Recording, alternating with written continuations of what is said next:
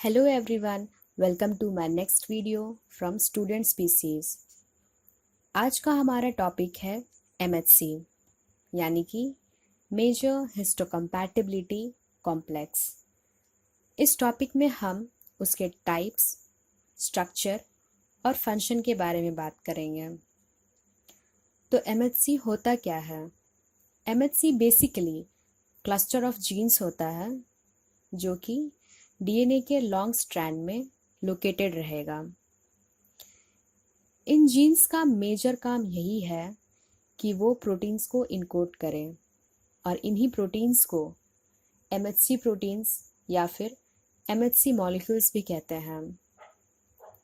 Human के case में अगर हम देखें तो ये क्रोमोसोम नंबर 6 में और माइस में क्रोमोसोम नंबर 17 में प्रेजेंट रहता है।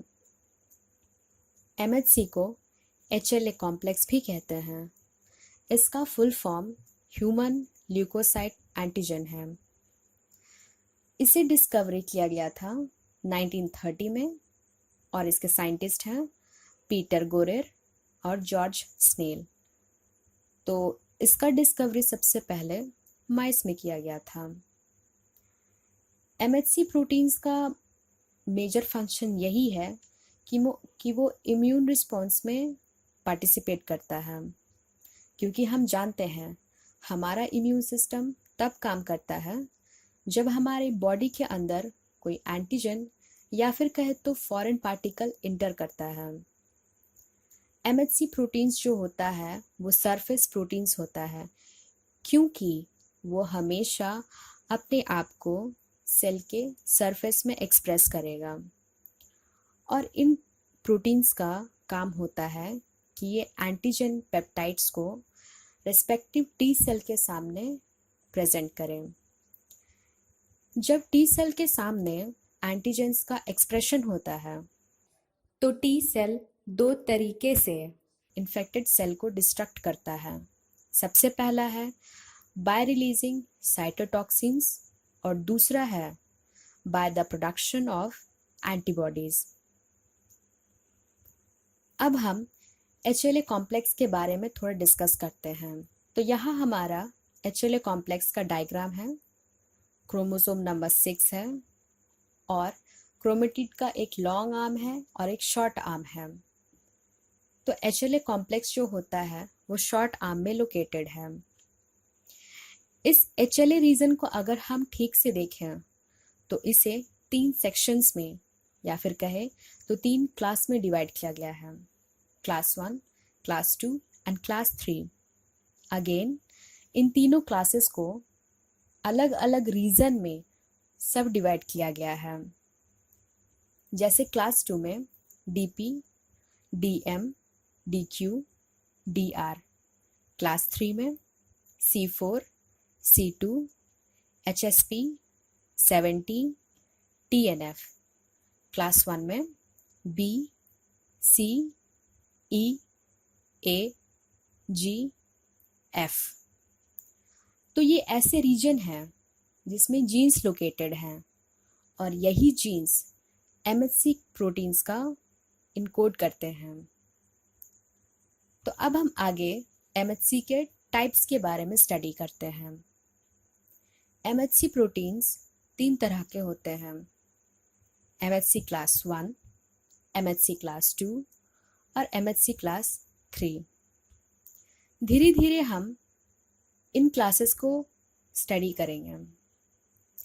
अगर हम MHC क्लास 1 के बारे में देखें तो MHC क्लास 1 प्रोटीन्स ऐसी जीन्स के द्वारा इनकोड किए जाते हैं जो कि HLA कॉम्प्लेक्स के A, B, C रीजन में प्रेजेंट रहते हैं।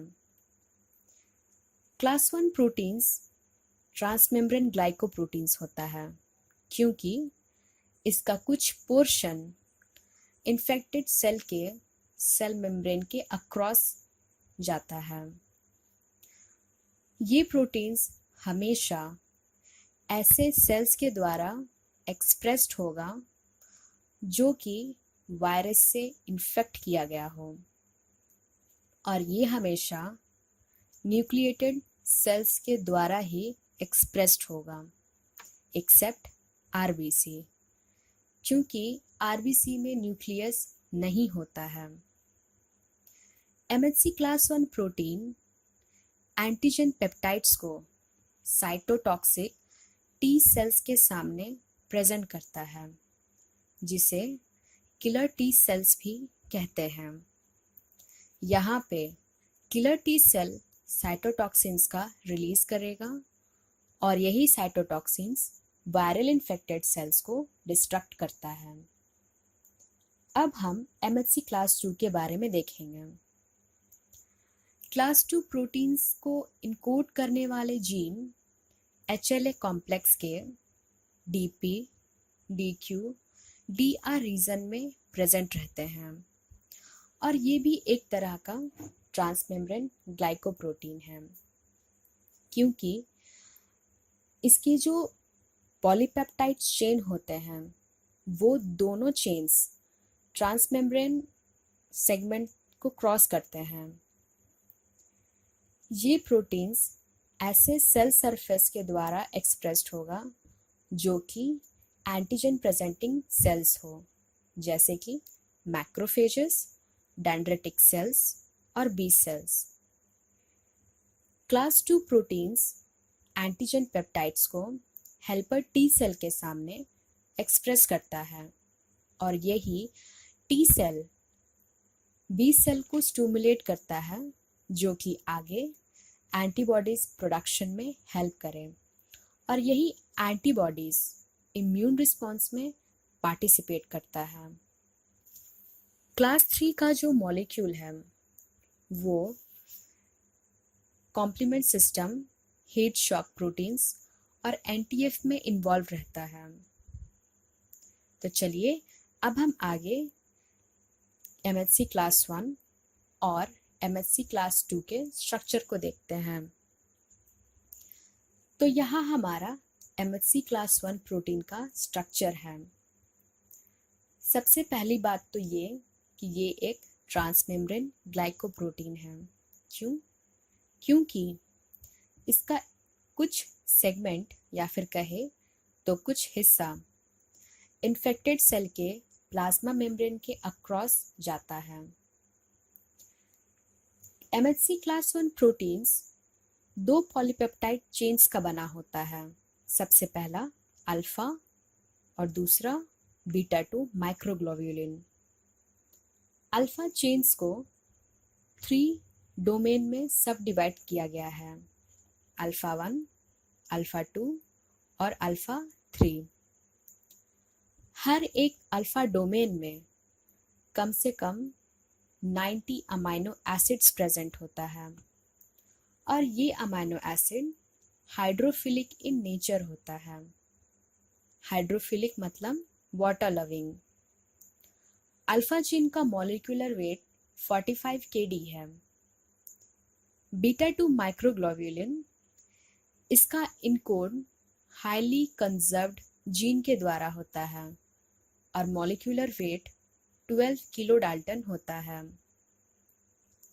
ट्रांसमेम्ब्रेन सेगमेंट जो होता है वो साइटोप्लाज्म के अक्रॉस जाता है और इसका मेजर फंक्शन एंकरिंग में होता है।